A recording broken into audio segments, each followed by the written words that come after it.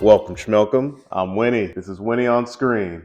I actually want to start this off by thanking you guys for your support and all the love you guys have been showing me. Subscribers are going up, views are going up slowly but surely, but I'm loving the growth right now, and I'm loving the engagement that you guys are giving. I really am. Also, I want to thank you guys because you do such a good job at making sure the comment section is mature and just an open space for people to speak their mind but not be toxic about it. Because on top of just giving you guys nostalgic entertainment, I also want this to be a healthy space where we can just talk about this kind of stuff like we homies. So thank you guys for being the structure of this healthy community that I want to have on this channel. Last weekend, I kind of gave away that the next video was going to be about SpongeBob. I also gave you guys the opportunity to guess what the new mic was going to be for the SpongeBob video. Some of y'all had food-related guesses, which was close. So kudos to y'all on that. But let's reveal what the new mic is for today's video. Shing, sparkle, sparkle. Hey, Diet Dr. Kelp. All right, let's do it for real. Welcome, Schmelcom. I'm Winnie. This is Winnie on screen. One of my favorite internet memes was everybody realizing the moment they became an adult, they could relate more to Squidward. And as you can see from my hoodie, I stand by that. Definitely had a new respect for Squidward as soon as I started paying bills. I still like to keep that blissfully youthful spirit that SpongeBob has, but at the end of the day, yo, Squidward was right. I remember a few years back, I watched this YouTube video about this. It was this hilarious conspiracy theory about Squilliam not actually being rich. He was faking it the whole time. Whatever money he did have, he was just using it to put up this facade in order to make Squidward jealous. That has been a theory that's been going on for quite a few years. Another theory is Squilliam and Squidward used to be lovers. And that's the theory I want to play with today. Full disclaimer, this video is just meant to be a funny, playful, queer headcanon. Do not take it seriously. And if you're not comfortable hearing same-sex characters being into each other, leave the video. Now, if you're interested and you've been meaning to get some new fan fiction in your life, get yourself some popcorn, pour yourself a tall glass of Diet Dr. Kelp, and let's get on with the show. Squidward Tentacles and Squilliam Fancy Son have had a petty rivalry that goes all the way back to high school. And the only knowledge that the show gives us about their history together is the fact that they were in band. And if there's one thing I remember about band in high school, band geeks are freaks. This is a story of enemies to lovers and back to enemies. Squilliam is a successful musician and a millionaire, whereas Squidward worked a 9-to-5 at a fast food joint. In high school, Squilliam was popular, but Squidward was kind of seen as a loser. Squilliam wasn't the spearhead of Squidward's ridicule, but he definitely played along with it at times. So how did these two even become friends? Well, friendship is a strong word, but they were healthy competitors in band together, always trying to one-up each other.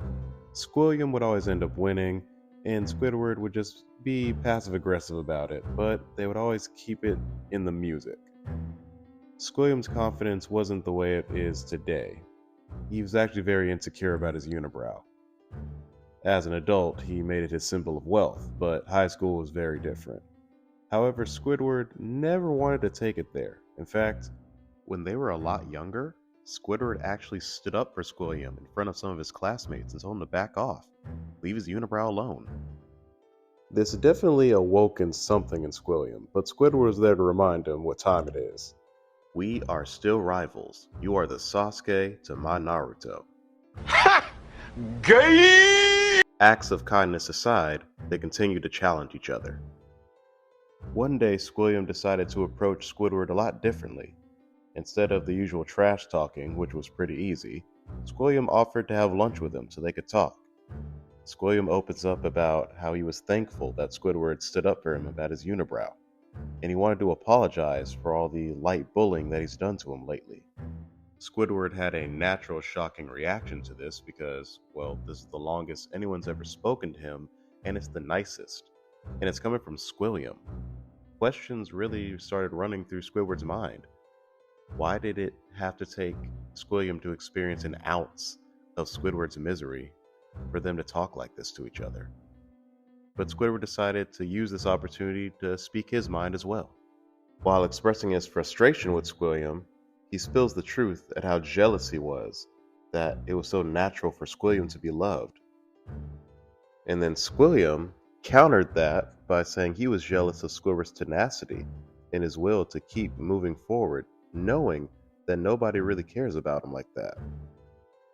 This rivalry that the two had for one another was hidden admiration that they realize can be lifted and they can just like each other, maybe even more. Their confession of wanting to be like one another was uncharted territory they didn't really know how to explore, but they wanted to learn. From then on, Squidward and Squilliam kept things civil and platonic. They talked every day. Due to Squilliam's popularity, they had to keep their newfound friendship a bit of a secret, but Squidward was okay with that. He liked the idea of having quality time with Squilliam all to himself. They fed off each other's strengths and weaknesses, their feats and their faults. One strength that Squidward was able to absorb was Squilliam's confidence, and he gathered enough confidence within himself to admit something he was always afraid of. Oh no, he's hot! Squidward knew he couldn't hold on to these feelings. The tension between them was as thick as their noses, but by the time Squidward could say anything, Squilliam beat him to the punch and expressed his attraction for Squidward. At the end of the day, they're always competing with each other. But in this circumstance, Squidward liked the idea of Squilliam having some sort of power over him. He liked the idea of being under him. Squilliam, of course, wanted to express how even though he likes being in power, he's top dog in high school all the time. He wants to have the option to be submissive, much like Stalis in Hell of a Boss. Squidward would oblige. Look at us. Hey, look at us. Look at us. Huh? They kept their romance a secret, closeted, if you will. But there were moments where Squilliam has expressed he wanted to go public. That way people would stop ridiculing Squidward. For a moment, his feelings for Squidward were more important than his popularity. But the idea of coming out frightened Squidward, so Squilliam didn't want to push him. It's never really confirmed what Squidward's sexuality is, but thanks to the Handsome Squidward episode, we do know he enjoys being desired by men and women.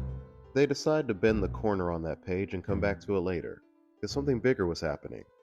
A concert for the high school, with a clarinet solo. Naturally, Squidward wanted to audition for the role, and so did Squilliam. In fact, he was so confident that he wrote his own solo for the concert. And this was friendly competition at this point in their relationship. In Squilliam's mind, it didn't matter who got the part, because they would support each other at the end of the day. However, Squidward really wanted the solo, so he got home and he practiced. And he practiced. And he practiced. And he practiced. But deep down he knew he couldn't keep up with Squilliam's skills. And under all that frustration, when he was about to hang it all up, he did the unthinkable. He was going to steal Squilliam's music sheets. The day of the auditions had arrived, and Squidward knew Squilliam wanted to be saved best for last. So while Squilliam was in the stands waiting to support him, Squidward grabbed his music sheets while they were unattended. And then, that's when he started to play.